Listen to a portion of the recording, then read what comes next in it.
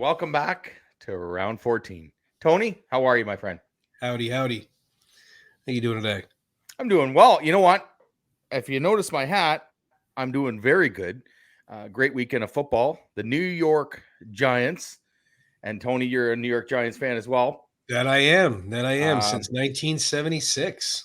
First time in 6 years, not only did they win their opening game, but the Giants are 2-0, my friend. 2-0. I'm Now, I surprised don't you're want a to jinx Giants them. fan. I'm surprised you're not a Buffalo fan.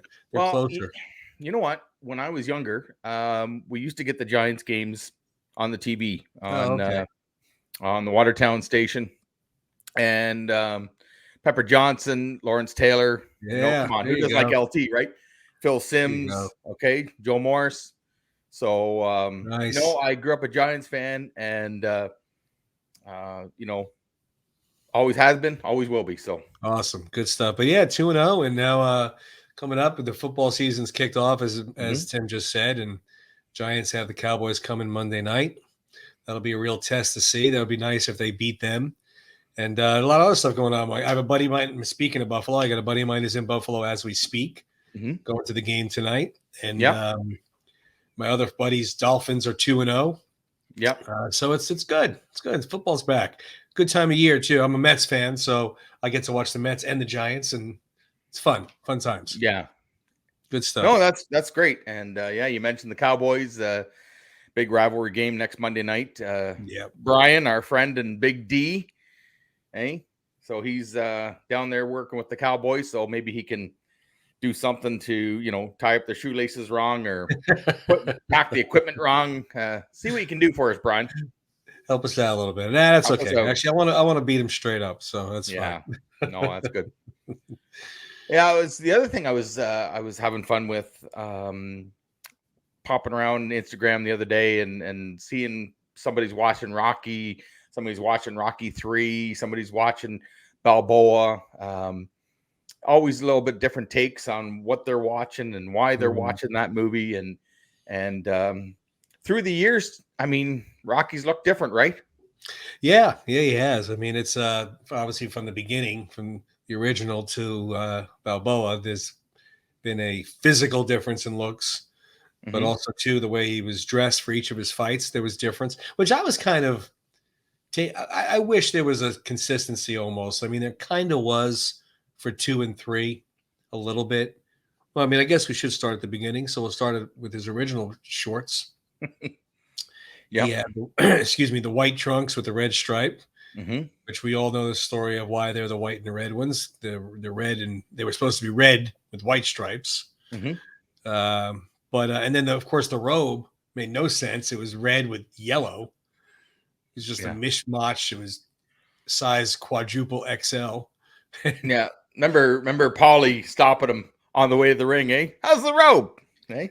A little baggy. A little baggy, a little baggy. So but so that that was the original, but then the second one, he wore his colors from the high school that he never graduated from. mm-hmm. So it kind of made sense. He had some form of colors, and he had the Italian stallion robe, nice robe. Yeah. Which carried into 3 in that whole montage in the beginning.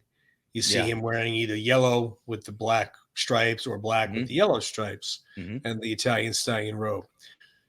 But then, of course, we know Apollo asked him to wear his colors, and he wore that to beat Mr. T, Clubber Lang. Goes hand in hand, I guess, right? Sure. And then, again, it makes sense in 4 for him not to wear the black and yellow anymore, to wear their stars and stripes. Obviously was a huge makes sense in that film.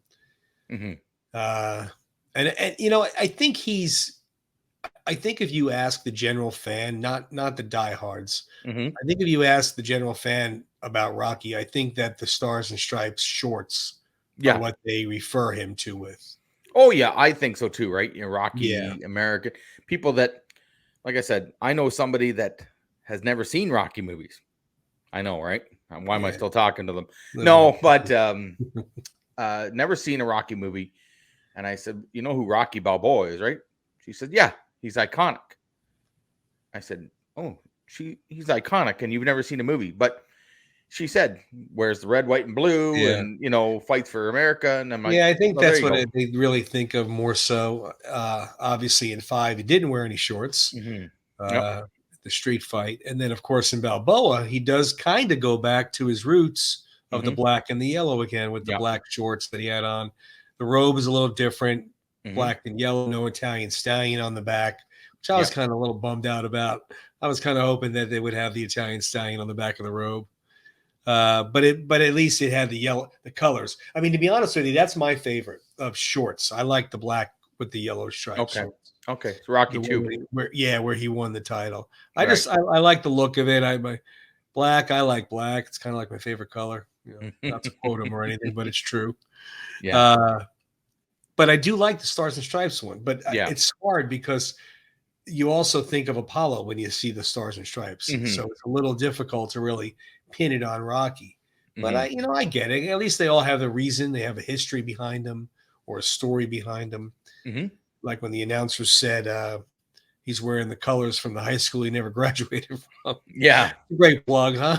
No. Not only that, I mean, the big meat packing plant logo on the back of the logo, and people were just like, what the hell is this? Like, he comes out with and then Mickey, I trained you to be a fighter, not a billboard, right? So that's fun. But that robe, the red and yellow robe was hideous. I mean, it was just it was so bad. But the shorts, white shorts, it showed off the blood, showed off the battle. What he really went through. I guess the red really wouldn't have shown that as much. No, they left the red with the white stripes. We've all seen the pictures of the behind the scenes shot of him with the red shorts and the white stripe. It's weird seeing it now because you're so used to seeing what he really wore. Yeah, so it's very different. But I'm sure everybody has their favorite. If you guys want to put down in the comments what your favorite was, or what you think of Rocky. If you think of Rocky first, like what do you think of his shorts? What do you think of him in? I'm sure there's a lot of people think of the original or think of the Stars and Stripes. I mean, I wouldn't say there's more Rocky IV fans than any of them, but I think that would be a pretty accurate statement. Yeah. General public. I'm not talking about the diehards. Nope. General that's right. public, I think more people liked or followed or know of Rocky IV over the rest of them. Especially, I mean, it was one of the most successful ones, and everybody knows Drago, and it's like Clubber kind of gets a back seat to the villain part, and he was the biggest villain of all, really, to be honest with you. I think, anyway. Right. He was more of a villain than Drago was. Well, I'll tell you what, and this is kind of a funny thing. We were talking about Rocky movies the other day. I was talking with a friend of mine, and we're FaceTiming, and my wife and I were sitting there FaceTiming our friend. And my wife said, yeah, I like the Rocky movies, not as much as this coconut over here. But, she said, Rocky IV, I think I've seen that's with the blonde guy. The blonde guy. Are you kidding me? You gotta know his name. Even if you don't know the real name, you know his name. She did know that he went and fought the Russian, but it was the blonde guy. So, like you said, Rocky IV. Well, the older we get, excuse me, the older we get, the more that there's a younger generation that is just being introduced to these films. And we've had them in our lives for 30, 40 years, whatever it is, however old you are. So it's hard for us to imagine like somebody not knowing he wore Stars and Stripes, or something along those lines. It's just like you think about it and go, really? How do you not know that? But, when you have it in your life the whole time, it's very different. Yeah, that's just like the Rambo stuff. Rambo, some people know of Rambo and saw the Last Blood Rambo, like my daughters. That was the first Rambo they saw. Was Last Blood. They never saw any of the other ones previous. And they didn't want to. They didn't care about it. They didn't ask to watch it. After they saw Last Blood, they did want to see First Blood. Sure. And then I think one of them watched the others. Yeah. But again, they might think of him as an older guy, not as the young, ripped up Rambo, long hair. They just see him as the older guy Rambo. So that's all they know. We see him as, when I think of Rambo, I either think of the knife or the bow and arrow. Sure. Usually the knife, though. That's the first. Like if I had to picture Rambo, I know you're a bigger Rambo fan than I am. But and the other thing that I'm talking everybody, including everybody, what I get in people that aren't crazy about Rambo, is the headband. They'll put the headband on. Yeah, I'm going to go all Rambo here, and they'll put a headband on. And we actually had them at our work. They gave us these cooling headbands. Oh, really? And you're supposed to put them in water and then put them on your forehead. And Right. everybody was like, "What the fuck is this? Wait, we Rambo?" So, and it was that was the first thing that came to mind. But you're right, the knife, the bow and arrow, right? That's what I think of first, is the knife, because the knife was represented in every movie. Mm-hmm. It was always there. The Yeah. bow and arrow, I think, was in. He didn't use. Did he use a bow and arrow in First Blood? No. No, right? No. Yeah, I didn't think so either. He used an awful big machine gun, though. Yeah. Oh boy. Yeah, the different guns. Yeah, but he used the bow and arrow in 2, First Blood Part 2, and in Rambo 3, and then in Rambo, mm-hmm. and then he did in Last Blood also. Yeah. But yeah, I think of the knife first. I mean, that knife is. Yeah. That's. Yeah. I had. Did you ever have a replica Rambo knife? You know, I did. It was not a sanctioned one. It wasn't like they have now, where you can buy the replica of the movie, whichever movie you choose. Yeah. But it was the style of knife where the handle opened up and the compass was in there, and the matches and whatnot, and the serrated edges and stuff. Yeah. I had one when I was I think it was 11 years old. Can you imagine selling that to an 11-year-old? Like, walked into probably half the size of you. Walked into Canadian Tire. No problem. Opened the door myself. Nothing was locked up back in the 80s, right? Right. Want to buy that knife, go out in the woods, and 11 years old. Come on, they're giving you knives. Hysterical. And they let you buy it. Oh, great. Yeah. They said, "What else do you want? Gunpowder?" I said, No, just a knife. I said, "Okay, have a good day." When First Blood came out, I bought it after First Blood, and I don't think First Blood Rambo 2 was out yet when I bought it. It might have been. I don't remember. Yeah. I know I was in my later teens. It was probably I was 16 when First Blood came out. So it might have been when 2 came out, and I went and bought it. But it had, a sheath too and everything. I mean, it was a good size. It was, again, not the exact replicas like you can buy now. No, that's right. Beautiful. Mm-hmm. Yeah, I don't think you want to go out, run around playing Rambo with those after buying one of those online, right? The new ones. Well, I mean, they have now. Yeah. Oh, and they're pricey, but they're exact replicas. They made the same kind. They made the same weight. I mean, they're a legitimate knife. They're not just a make-believe knife that you hang up for display. So I get that part. Remember the well, speaking of quotes last week, that you had a knife. That's a knife. Yeah. We all know that movie that came from. That may come up later too in our show. So you never know. Knife. Yeah, we might have to talk about some of those little goofy movies. No, that's great. And before we get into our other topic tonight, we have a friend that's not feeling very well. I want to give her a shout out. Our friend Jess is quite sick, and she's not feeling well. Tony, she's a big fan of our show. She's watching tonight, so I just want to say, Jess, we hope you're feeling better. Our thoughts are with you. Yeah, hope you feel well. Go kick its butt and move forward and get out there, get running. Yeah, get running again. And when you're not feeling well, it's good to sit on the couch and put some movies on. Yeah. Maybe have a laugh. So that'll take us right into our segment tonight. Today we're talking about all those 80 goofball comedies. Yeah. And there's a lot of them. It was very hard making this list. You know what? It was, because you always felt like you were leaving something out. Usually we do 9-10 movies. We've got 20 this time, and we still left a lot out. But we get back and forth. Tony and I get going back and forth and get laughing, and then this is the direct result of the goofiness, right? So it is. It's the more I thought about them, the bigger the list kept getting. And this is a complete, strictly opinionated list. Yeah, and just remember, these are movies from the 80s. We had a couple movies on here that creeped into the 90s, and we changed it. Just because if we started doing the 90s, we'd be here all night. Later down the road. Later down the road, we'll do another one, right? Has some good films and good comedies. We'll address that decade coming up soon.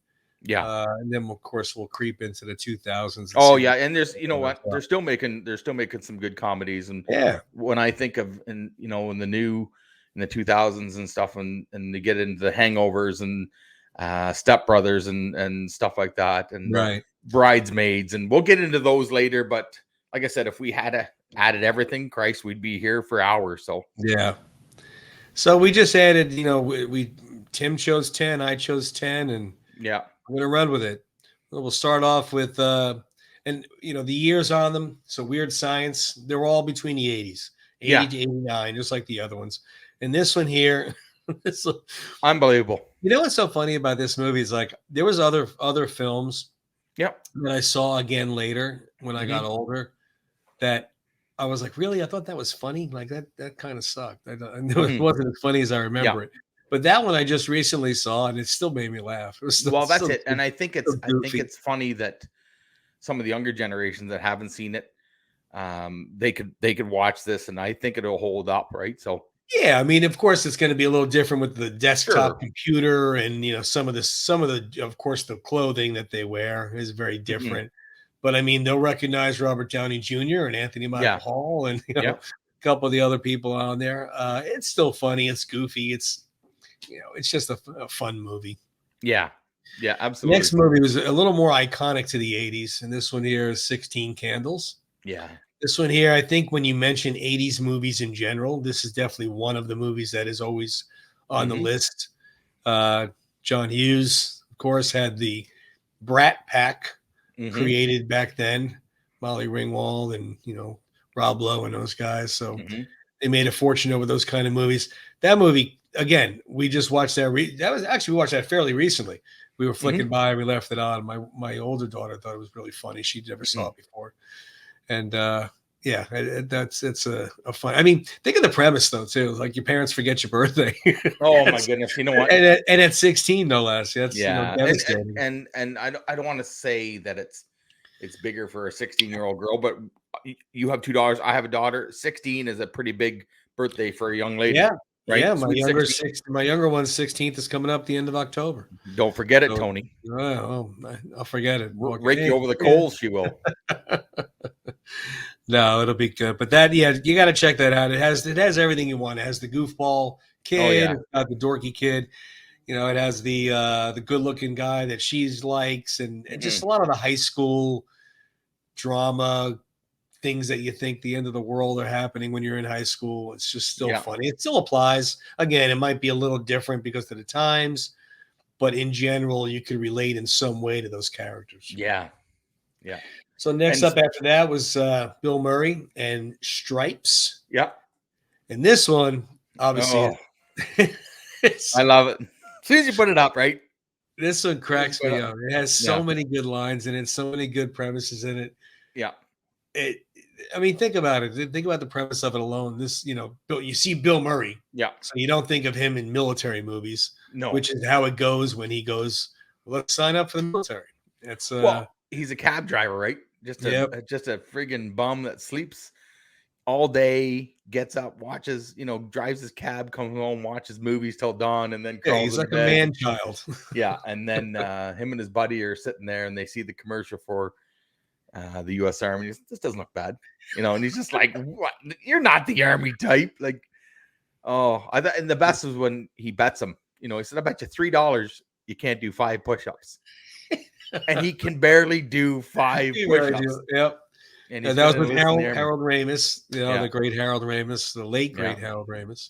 Sure. So he was that was a 81, I believe, if I remember correctly. So that was right at the beginning of the decade. But good stuff, a little raunchy humor. Oh, good stuff. Really good stuff. Speaking of raunchy humor, next one on the list is another 80s movie that is in everybody's list, and that's Caddyshack. Yeah. Oh, I mean, I don't think there's a guy alive that doesn't know at least one quote from Caddyshack. It's just, and especially if you ever golf, if you went golfing once in your whole life, you're going to quote Caddyshack on the course at least once. Yeah. Complete slapstick, raunchy humor. This was before PC was invented, so there's no political correctness in that film. No, which makes it even funnier. So it It was a pretty damn good movie, I tell you that much. No, I So, mean, you got Rodney Dangerfield, first of all, right there alone. Mhm. Who's, there's no filter on that guy. the first time I saw Caddyshack was actually on TV, so it was edited, really? right? Oh, And I thought, and then when I saw it, somebody rented it, and we went to a friend's house, and I was like, "Oh my god!" I had tears coming down my face because it was a completely different movie. yeah. Oh, yeah. Not when it's not on again, TV, that was, right? I think, 80 or 81. Yep. One of the two. And so, I mean, I was young also when that came out. Yeah. I was a little old, obviously older than you, but Yeah. I was like 15 when it came out. Mhm. So probably Yeah. should not have been watching it either. But No, hey, I was like so 10 funny. when I saw it, so I think it came out, like you said, it came out in 81. I think we watched it about 84. I seen it maybe Yeah. 84. I was 10 years old, and It's funny because some of the jokes you probably didn't even oh, get. I didn't know. I didn't get. I was just I was laughing because everybody else was laughing, and then later on, I was thinking, no wonder I didn't get that joke. I was 10 years old, right, but exactly. you know what? I have Caddyshack on DVD, and I'll still watch it. So it's a great. Yeah, movie. I think it's in every film buff's collection of a certain age. Anyway, I think if you're late 30s to on, you have Caddyshack there. But that's an 80s classic. Another 80s classic. I mean, all of these are 80s classics. So I could just keep saying that for every one of these films. But this one here is definitely up there, and that is Matthew Broderick and Ferris Bueller's Day Off. Again, another, you think of the 80s, you think of the movie. The dress, of course, the clothing might be a little 80s with some of the terms, but everybody can relate to wanting to cut school one day and just go to a baseball game and go do this. He fakes sick, right? And gets out of that, and then he calls his buddy who is sick, who's like can't get out of bed, and he's a hypochondriac though too. He keeps phoning him right on the answer machine. You don't get over here. He'll just keep calling. He'll just keep calling. And then he says, "You don't get over here right now in 15 minutes. We're no longer friends." Remember? Oh, it's just and he's sitting in the car. He goes in the car, and you see him through the back window, and he's just he's so mad. It's such a great movie. It's so well written. I love it. There's a ton of people in that movie. Yeah. A ton. Yeah. You got Matthew Broderick. You got Jennifer Grey is in it. She plays the sister. Yep. Charlie Sheen, who has a very small part in the police station. It's so funny. So definitely gotta watch that. If you guys have not seen that, I know a lot of the older generation has seen it already. But you know what? I bet you a lot of people haven't seen it in a long time, right? So yeah. But it's just a fun movie. You get a rainy day, you're not feeling good, just throw on Ferris Bueller. You'll have a laugh. It definitely holds up for the humor aspect of it. Like I said, some of them I rewatched again, and I didn't find as funny as they did the first one. That one there killed me. Some of the stuff that he did just cracks me up. Even the principal, right? Even the principal, when he's trying to, his whole day his goal is to catch Ferris because he knows he's in the house. Yeah, he goes in their house. Jesus. Can you imagine that now? Like, he's just getting chased by the dog, and at the end, when he gets on the bus and he's beat, he's had the shit kicked out of him all day long, right? Missing his shoe, dogs attacked him, and he has to ride the school bus home with all the it's just a great movie. And now we're into September here, and the vacations have ended. And if anybody's has smaller children or even teenagers or no kids, they've had a trip. They probably relate to the next one. Oh, yeah. The next one, National Lampoon's Vacation. Yeah. Which spawned off a couple sequels. European Vacation and Christmas Vacation. Christmas Vacation is a holiday classic that we'll talk about in December. Oh, we'll get into that. But this one here. This kickstarted it all. And this one in the 80s was one of Chevy Chase's heydays, too. I mean, he had a ton of movies in the 80s that were funny. But that one there. Yeah, that's John Candy was in it. Yeah. Beverly D'Angelo played his wife. He was just Anthony Michael Hall again, right? So that's right. Anthony Michael Hall was you see a few of these, you see a pattern developing with some of these movies right in the 80s. And like it is now with some of the other movies, you'll see that's why we love these characters, that's why we love these movies, is because they're in multiple movies or even more, right? So very funny film. I mean, and a relatable film, like you said. If anybody has taken a family trip in a car, I don't know how many parents have. I'm sure you've given that speech. I've given that speech. I heard it when I was a kid. I'll turn this car around. Don't make me turn around. Like we couldn't even get down the street one day, and the fight broke out in the back seat. So it's so funny.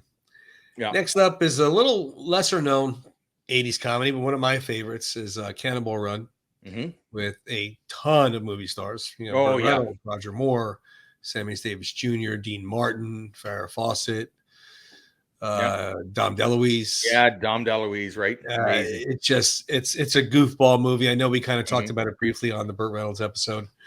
Just a goofball movie, just having fun with it. But a lot of, humor, no political correctness whatsoever. You'll definitely see some funny stuff there. I don't know what one of the major, I'm not sure. Is it I-95? What's the major highway in the States going south there? Well, that's going north to south, but going across the country, it's either 10 or 40.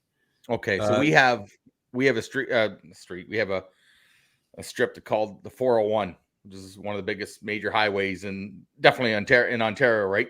And I'm telling you, I was on it last Saturday. I had to pick somebody up in the airport in Toronto, and it looked like Cannonball Run out there. There was some characters out there that were just, it is based on a real race, and the real race does still happen. Yeah. But not to the funniness of this one. So no, this thing's hysterical. So next up here we got something that was before Eddie Murphy was mega Eddie Murphy. And this was 48 Hours with Nick Nolte. Yeah. And again, somebody that's ever seen this, he had some of the funniest lines in this movie where he became, this is where he was grooming himself, I guess, to be that mega star, because he just kind of took over the screen. He took over the humor of it, the way he was with his impersonations or his ad-libbing. Everybody remembers the beginning when he's singing Roxanne by the Police in the jail cell. Funny film, really funny film. And it started the buddy cop films too, I think, where it was action and comedy. This one was more comedy than action. And then you had like the Lethal Weapons, which was more action than comedy. But still a funny film in its own right. Yeah, even the sequel, another 48 Hours, was great, right? So it had some funny stuff in it. Yeah. And a lot of these had sequels. Like we said, Cannonball Run had 2, Vacation had 3 of them, Caddyshack had a sequel, it was horrible. Yeah. But it did have a sequel. But yeah, funny stuff. The other one, which really epitomizes the 80s, like the beginning of the 80s, because this was 1980, was Fast Times at Ridgemont High. Yeah. It's where we're introduced to Sean Penn's. Oh, my God. Spicoli was the surfer dude. Spicoli, He did not care about class or... No, Mr. Hand, asking him. So, he waits till the class starts, and he's knocking on the door. Oh man, I can hear your voice. Then he orders the pizza, right? Because I love it that he's just asking him, like, how come you couldn't get here in time? I don't know. I don't know. He writes it on the board, And it has everything you could picture for high school film. It has the jock, it's the stoner, the surfer, the girl cheerleader. It's just a fun, silly movie that epitomizes that time in your life. Yeah. After that, another John Candy film, like we said in the beginning, with Stripes, but it's Uncle Buck. Oh my goodness, Uncle and Buck. Another John Hughes film too. Macaulay Culkin and John Candy. Man, he could have read the phone book and made me laugh. I mean, he's hysterical. Nothing like calling on a family member, the absolute last resort to bail you out of a situation when you know that you don't want them in your house. Yeah, I think everybody has that family member that they don't want around their kids. No, the stuff and the stuff that he comes up with, right? Like when she phones and checks on him, and he's talking to her. It's after the first couple days, and right. The line that sticks out is, he says to her, "How many times do you feed a dog like that?" And she says, "How many times do you feed him?" 4 or 5. No, that's once a day. I should have told you that. So, he has no idea of what's going on, right? Yeah, everybody has telling her he's been leaving the toilet seats up for him for the dog to drink and figure out there's a discoloration on your yard now. Man. So he's definitely, like I said, definitely one of the family members that everybody has that you don't want over your house messing around with your kids. Yeah, or your house, even not only that, right? Exactly. So, after Uncle Buck, we have a romance comedy, Moonstruck, with Cher and Nicolas Cage. Yeah, great movie. I'll be honest with you, I only saw this once. Yeah, I only saw it one time. It was enjoyable. I liked it. Yeah, but I only saw it one time, so it was right. It wasn't one that I watched continuously over and over. That's put Cher on the map too. She Academy Award for that movie.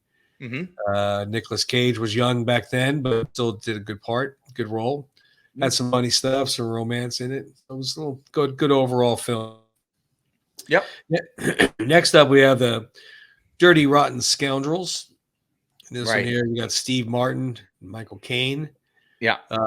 Steve Martin. I love Steve Martin. He's just he's another one. He could do a handful of films and still make me laugh, and they could be, you don't even care what's going on in the movie, but just his improvisation of it or his line or the way he delivers it, he's hysterical. He cracks me up. Oh yeah. And the things they come up with, right, once they start working together.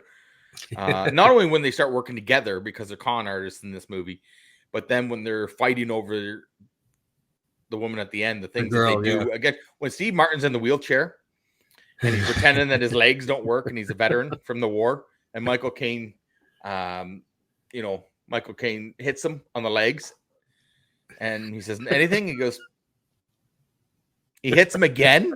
And you know that he's just wanting to cry, right? He's in so much pain. Because he's faking it. And he says, how about now? And you can almost see the tears coming down his face. And he goes, he's crying. He's crying. It's like the old, Marx Brothers slapstick comedy. It still makes you laugh. Yeah. But now the next one. Film.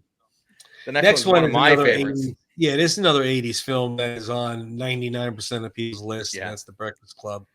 Yeah. I love this John movie. Hughes definitely had the Brat Pack going here with everybody in there. I mean, it represents the geek, the jock, the tough guy, the basket case, popular girl. It's just they're all in detention in one day. So it's I don't know if that's a thing in the States. Is that a thing where they would do it on Saturdays? I mean, we had detention, but you had to stay.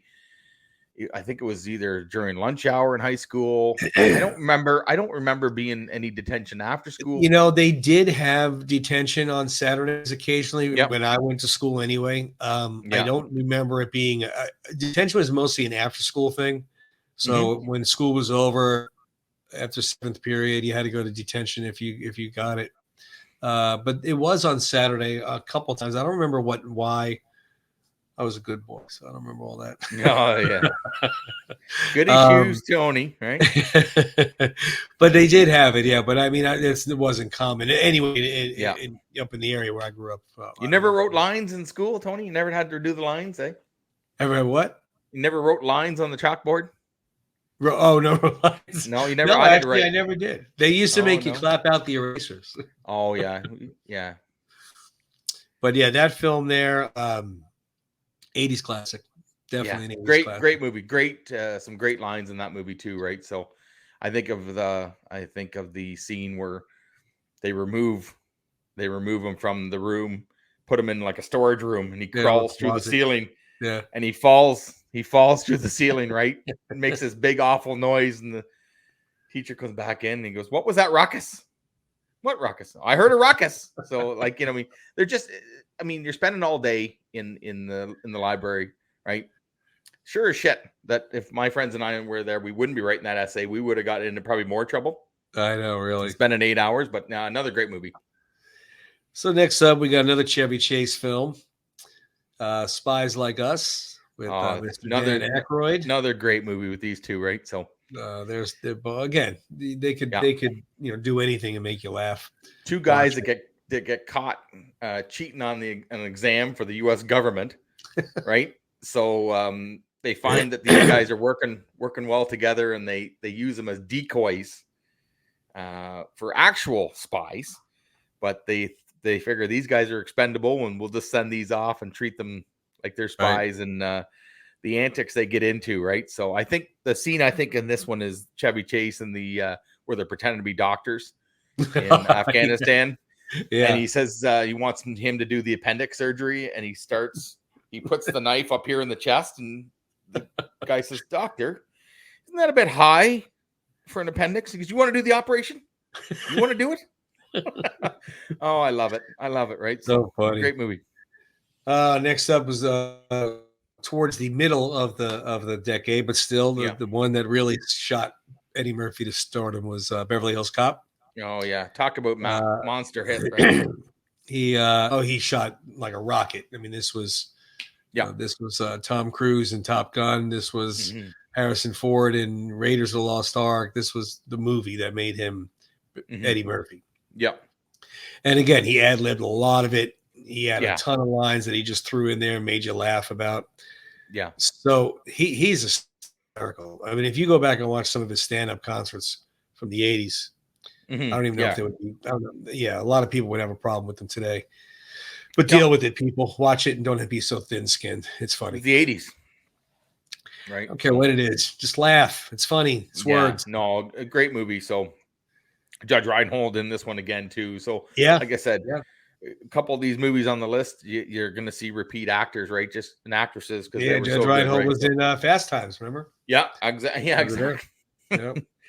Yeah. So then after that, we have, again, in the beginning of the episode, we talked about That's Not a Knife. This Is a Knife. Yeah. That would be Crocodile Dundee. And which also had a sequel, Back to Beverly Hills Cop. That had 3 sequels. But yeah, Crocodile Dundee had a sequel, Paul Hogan in there. And that was huge. That was big when that came out. That was a huge movie. Not only was it huge, it boosted tourism in Australia like 70%, I think it said. Isn't that crazy? Because they figured everybody wanted to go out to the Outback, and I imagine that when people got out there, they were thinking, "The hell did I just sign up for?" Yeah, right? This isn't like the movie.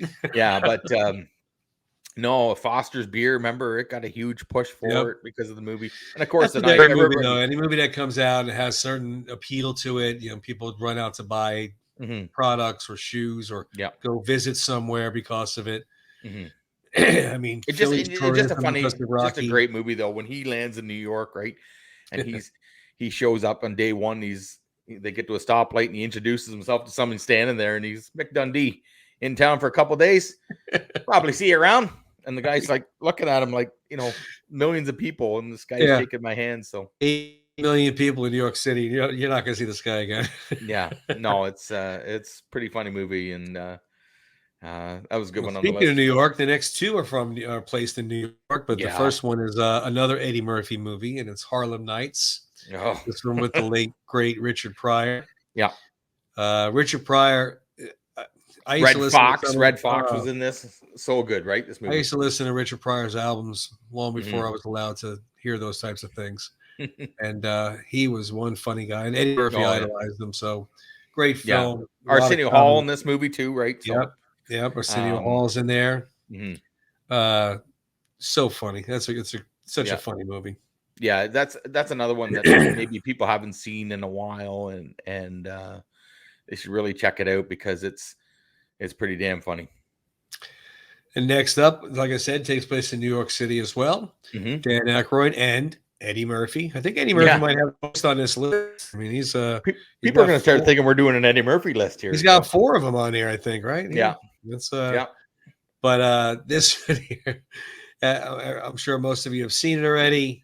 Dan Aykroyd's the rich guy. Eddie Murphy's the poor guy. They trade places, and it's hysterical. Eddie Murphy at the first of this movie pretending he's a veteran with no legs on the little cart, right?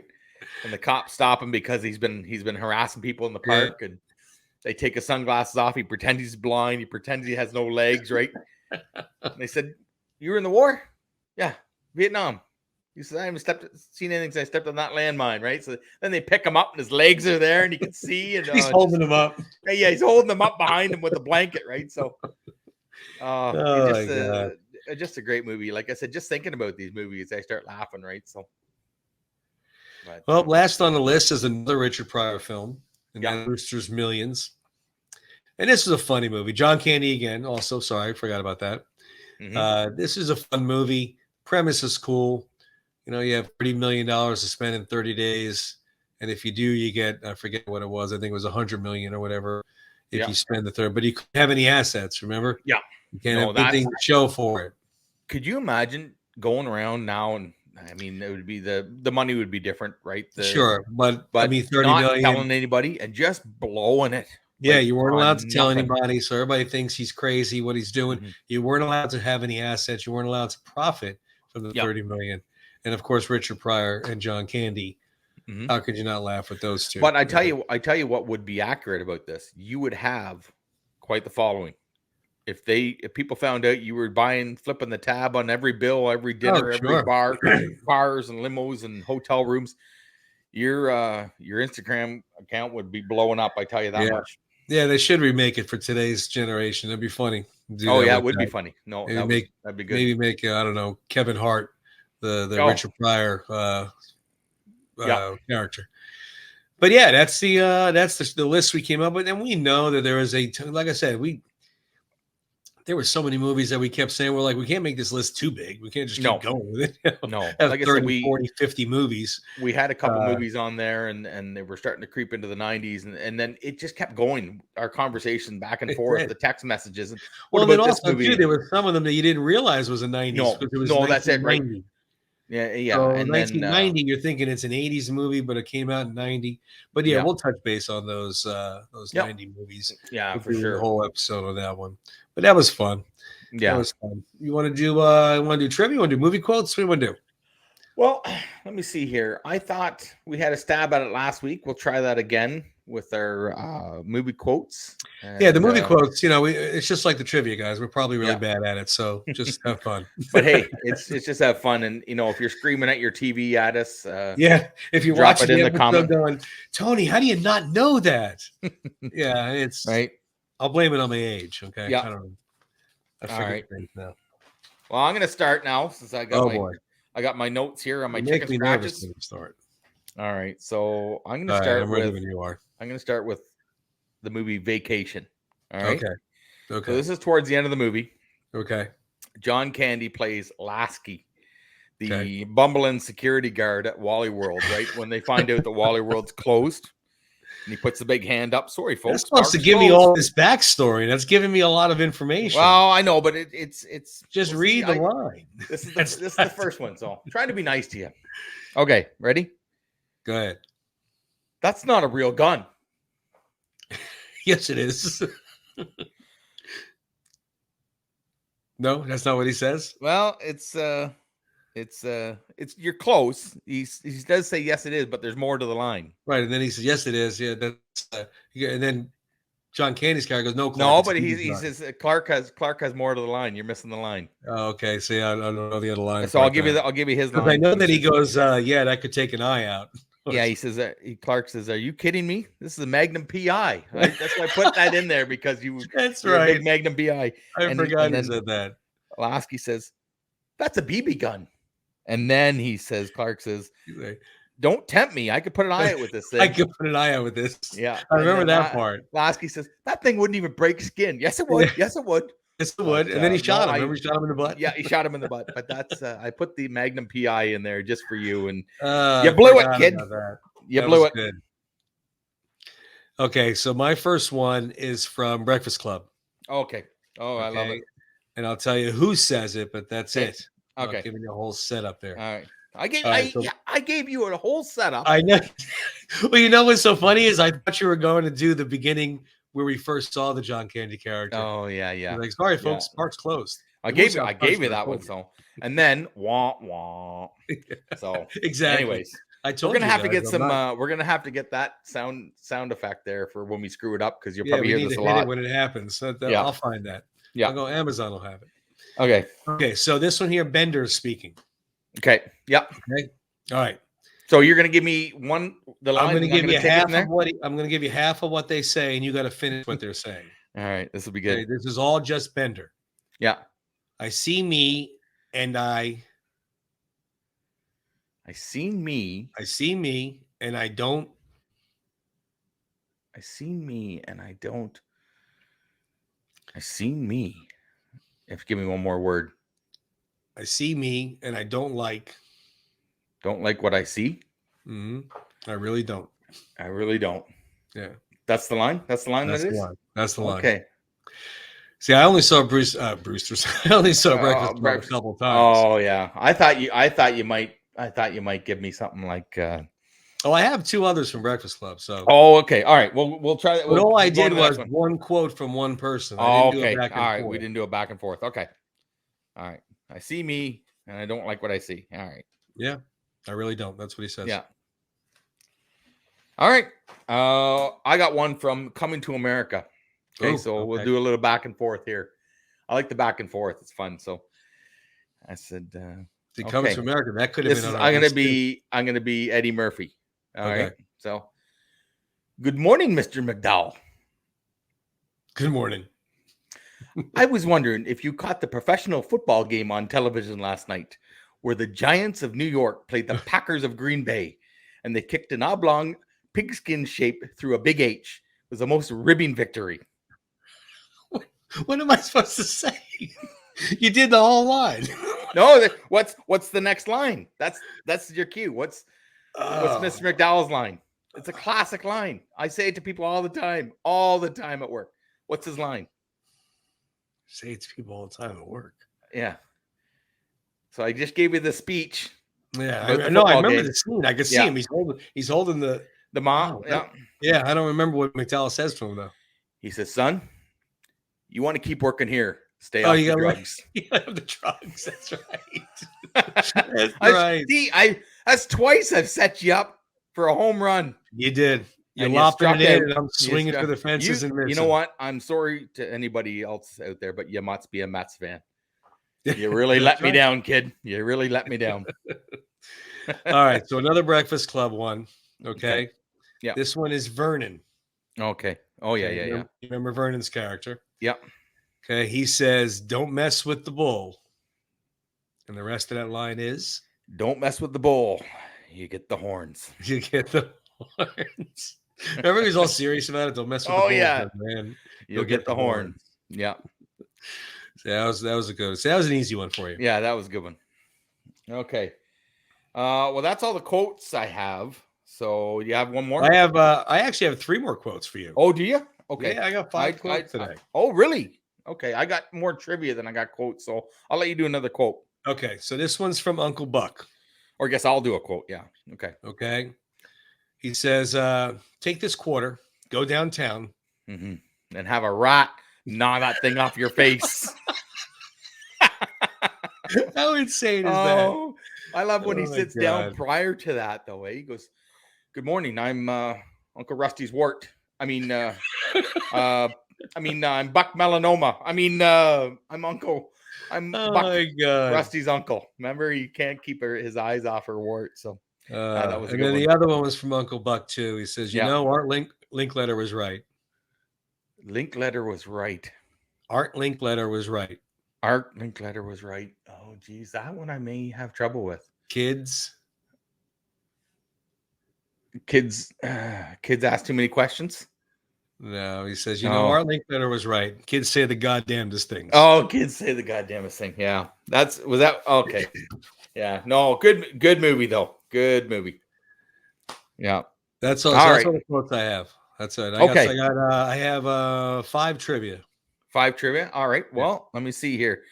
Let's get you lacing up your roller skates and I tell you what, we gotta film this one time. I think we gotta change our video to actual roller skating. So that'll be fun. Yeah, that's a good idea. Yeah.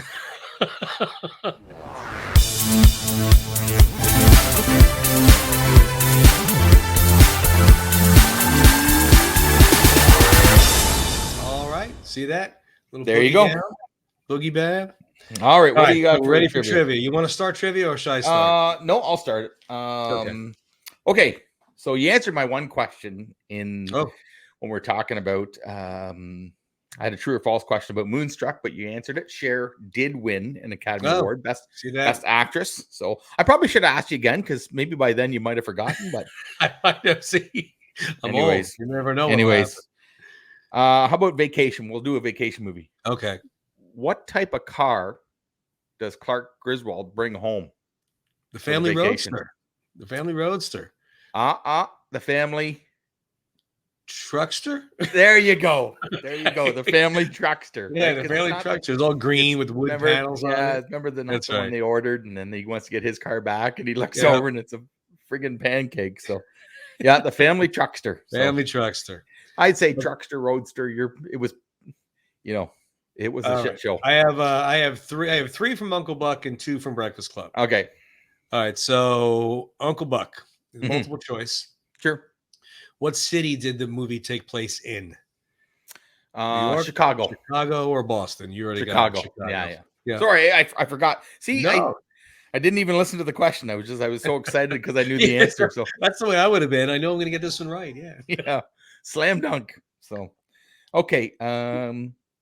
Caddyshack. Okay.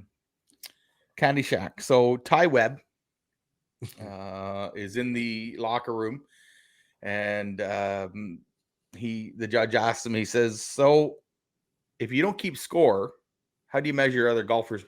How do you measure up to other golfers? Is it by wealth, by height, by IQ, by good looks?" He says by height. By height, right? he did by height, and he walks away, and they just look at him, eh? Because he just doesn't care. He's out there to have that movie play golf. There's so much. Yeah, so much in that movie. Right. Okay, right. So Uncle Buck movie. Yep. What does Buck call his car? Is it Buck call his car? Okay. Is it monster? Yeah. Animal or beast? I believe it's beast. That is correct. It's beast. Yeah. Because I was thinking monster doesn't sound right, and so yeah. But beast. There you go. Hey, not bad. Not bad. Okay. All right. So this is kind of a fun one. Coming to America. All right. So we all remember the barbershop scene when they're going back and forth about the boxer, and they get into the Joe DeLewis discussion. Yeah. And he kicked Joe Lewis's ass. Yeah, he whipped Joe Lewis's ass. He did whip Joe Lewis's ass. So Clarence gets all wound up about it, and he says, Frank Sinatra sitting in this chair, and Frank Sinatra sat in that chair, and I said, Frank, how old was Joe Louis when he fought Rocky Marciano? What was the age that Clarence said that Frank Sinatra said? He said he was like 86. Joe Louis was. Didn't he say he was 86 or something like that, or something old? He says, Frank says Joe Louis 137 years old when they fought. 137 years old. And then the one guy says to him, you ain't never met no Frank Sinatra. And that scene is one of the funniest movies. And a side note to that, Frank Sinatra was not ever in Mighty T shop. So he made up the story that Frank Sinatra was in the shop. He made 137 years old when they fought. So that scene is hysterical. I mean, as you all know, Eddie Murphy played multiple characters. Characters in that film. So did Arsenio Hall, right? I think Eddie Murphy and Arsenio Hall played 5 characters each in that movie. So I mean, the movie's just. Remember when Eddie, the Prince first walks into the the barbershop. Yeah. Hey, Kunta. Yeah, Kunta Kente. And then he's got the little rat tail that he's been growing since birthday. He's got the thing. He's want a haircut. And he says, what? He goes, what are you doing there? He goes, my natural hair. He goes, that's all just herbs, and right. So he cuts it off, and he says, that'd be $8. Now here I got another quick question for you. So when they walk in, you mentioned that, and they're talking about that scene. Who's I'm going to say relatively young, unknown actor that's getting his hair cut in the chair? Cuba Gooding Jr. There you go. Look at that. Bonus questions for the Stallion tonight, eh? You're redeeming yourself. I am. You're bouncing back. Showing you how poor I am at movie quotes. Yeah. All right. So I got another one from you for Breakfast Club. I got 2 for Breakfast Club. Okay. Why is Bender in detention? Why is Bender in detention? I'll give you multiple choice if you wish. Okay. Yep. He was caught smoking. Mm-hmm. He cut class, or he pulled a fire alarm. Oh yeah, he pulled the fire alarm for sure. That's right. Because he gets called out on it. He says, "You think you're funny? Pulling the fire alarm. Yeah, that's real funny, isn't it? So he gave him. Now, is that your last Breakfast Club question? I have one, but I'm not sure if I even want to use it because it's Okay. it's a quote that Yeah. I was going to have you guess who said it. Yeah. Okay. But it Oh, was go ahead. who says wait. Yeah, who says this line? When you grow up, your heart dies. When you grow up, your heart dies. Yeah. Oh, geez. When you grow up, your heart dies. I can see my friends yelling at me right now. I think that's it's not Ali Sheedy, but the basket case. Yeah, no, it's Yeah. her. Well, yeah, Allison. Yeah. With Yeah. the Allison. name. Allison. Yeah. Allison with an Ali A. Sheedy. Right. Yeah. I love that because when they first all come in and he's yelling at them, right? Because Bender's giving him a hard time, right? Remember, he's like, Dick, excuse me, Rich, will milk be made available? And he's just, going on. And then when he gives him the line about, does Barry Manilow know you raid his wardrobe? You raid his wardrobe. And he just says, I'll give you the answer to that question, Mr. Bender, next Saturday. He's already in detention. So and then Allison's sitting at the back and he's like, hey, wake her up. What is this? This is not rest home. Like like the teachers were just different back then, right? The students were different back then, and the school was different back then. But I'm telling you, good times. But that's all I got for trivia, though. So it was I think we did 50-50 there. I don't know. Yeah, no, that's good. I think we're both equally bad. We're both equally good. But I tell you what, we are. Okay.